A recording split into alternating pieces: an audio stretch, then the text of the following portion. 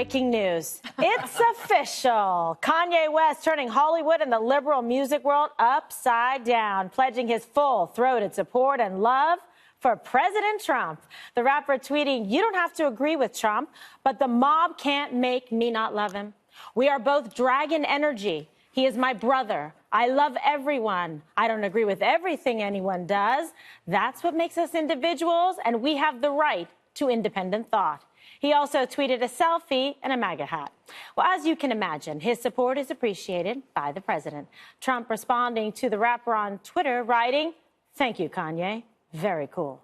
Sarah Sanders was even asked about it at the press briefing today. Seriously.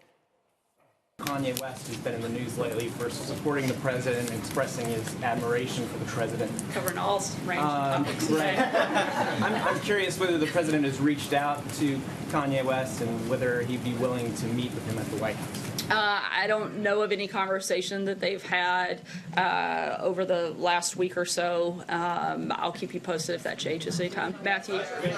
2 weeks ago. Sorry, I know they met during the transition. That's the only meeting I'm aware of that's taken place or conversation before everybody has a meltdown. And that's what we said on the show yesterday at over Trump Tower. Transition time, but needless to say, the internet freaking out over this with comments like, "I never needed a photo of Kanye with a MAGA hat on, and I still don't." And then Donald Trump and Kanye speaking over Twitter, "Welcome to 2018. So, does everyone believe this is legit, or is this the ultimate trolling going on?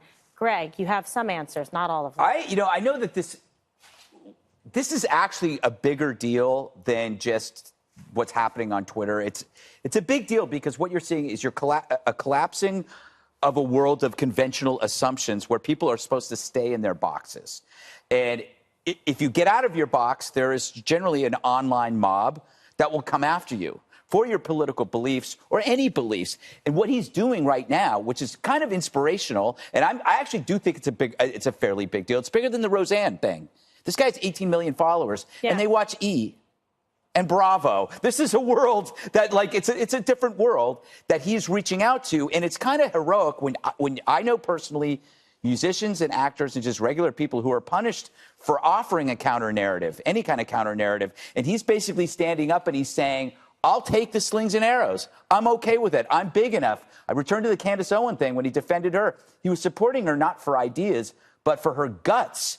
And he was still targeted, which shows that there is a mob out there that wants to silence you if you leave your box. And what he's doing, and what a lot of people are doing, classical liberals from the Dave Rubins and the Sam Harrises and the Joe Rogans and the podcast world, they are leaving their boxes, and they're daring people to come with them.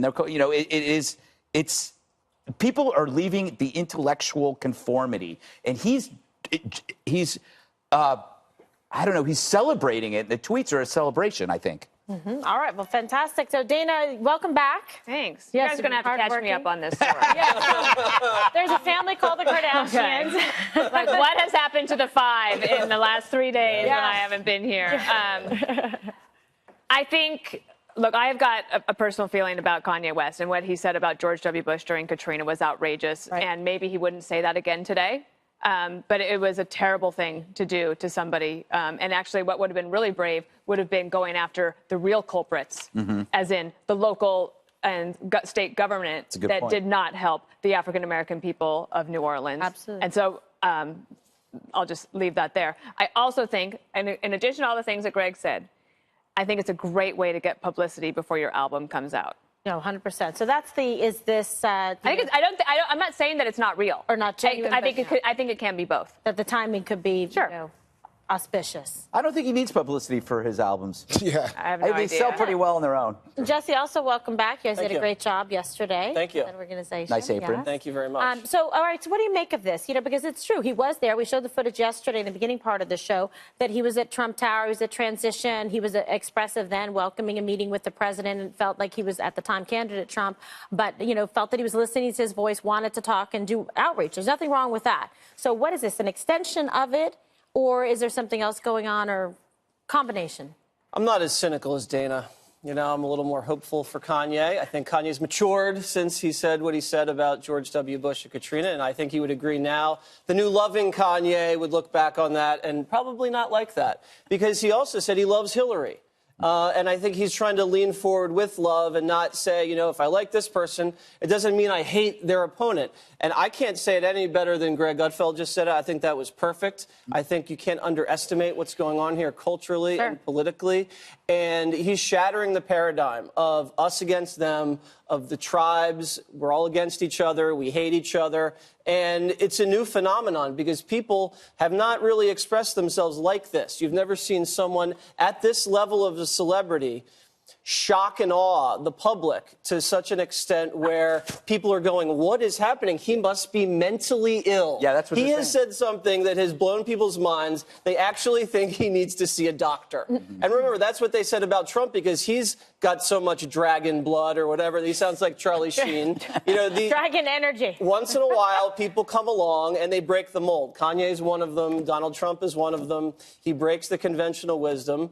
And they're both it's really entrepreneurs and refreshing businessmen to hear. as well. Yes, and let's also remember, black Americans, not all of them, black Americans liked Donald Trump before he became a politician. You've seen pictures of him. He was, you know, in the boxing game. He was out, you know, at nighttime taking lots of pictures with other celebrities. And people admired his entrepreneurship, his flashiness, his style and his wealth, and the women that he hung around with. And things changed when he became political, but he was admired for that by a lot of people in different communities. And now the fact that he's come out and, you know, he's said some things that have angered people in the black community. Yeah. That doesn't mean you can't change as a person. Doesn't mean, you know, you have to leave that person. Sure. But I think Trump has matured just as much as Kanye. And by that you mean the wonderful, you know, wives that he has had. Yeah.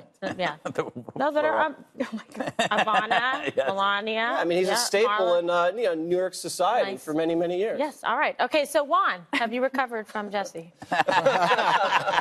I'm trying my best. But I think this is such a superficial conversation because I think Kanye West is the same guy that, as Dana said, was insulting Republicans a minute ago in a way that I thought was unfair. And now he comes back, and I guess there's always going to be a market for people who say, well, oh, but now he likes Trump, so we're going to rally to Kanye. Well, look, even his wife said, hey, Kanye, you don't agree with all of his policies. And then Kanye West said, yeah, that's true, but it doesn't matter because I also like Hillary, but it doesn't matter that I like somebody's policies. He's got the dragon energy or the drag whatever.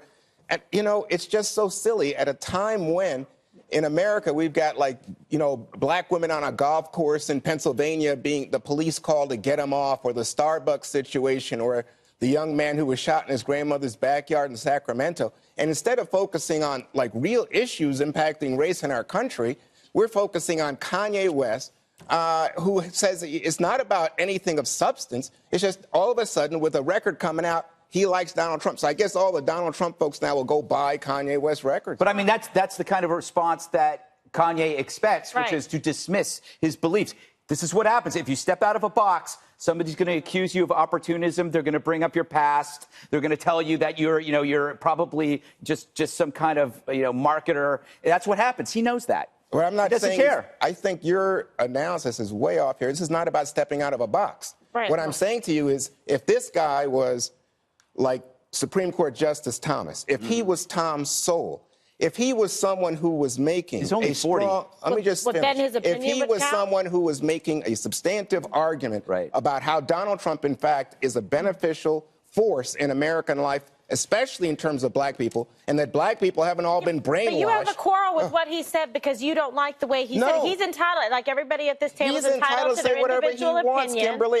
The argument is that he has no argument. So he may not be Thomas Sowell, but he still is somebody who's an entrepreneur and somebody who's been very successful. That's in the fine. black That has community nothing people to admire and do look with up to. suddenly he's now a fan of Donald Trump. Where'd this come from? Well, what I'm saying is he's entitled to his opinion. Sure. What difference does it make? We thought it You was don't great have to when Roseanne did criticize it. Now we don't. I think it's less about Donald Trump, and it's more about with the Candace Owens thing. He's celebrating people for being independent thinkers. Right. You expect someone like Candace Owens, from her demographic, young black female in America, to think the way a lot of other young black female in America think about Donald Trump, and that's usually about 90% one way.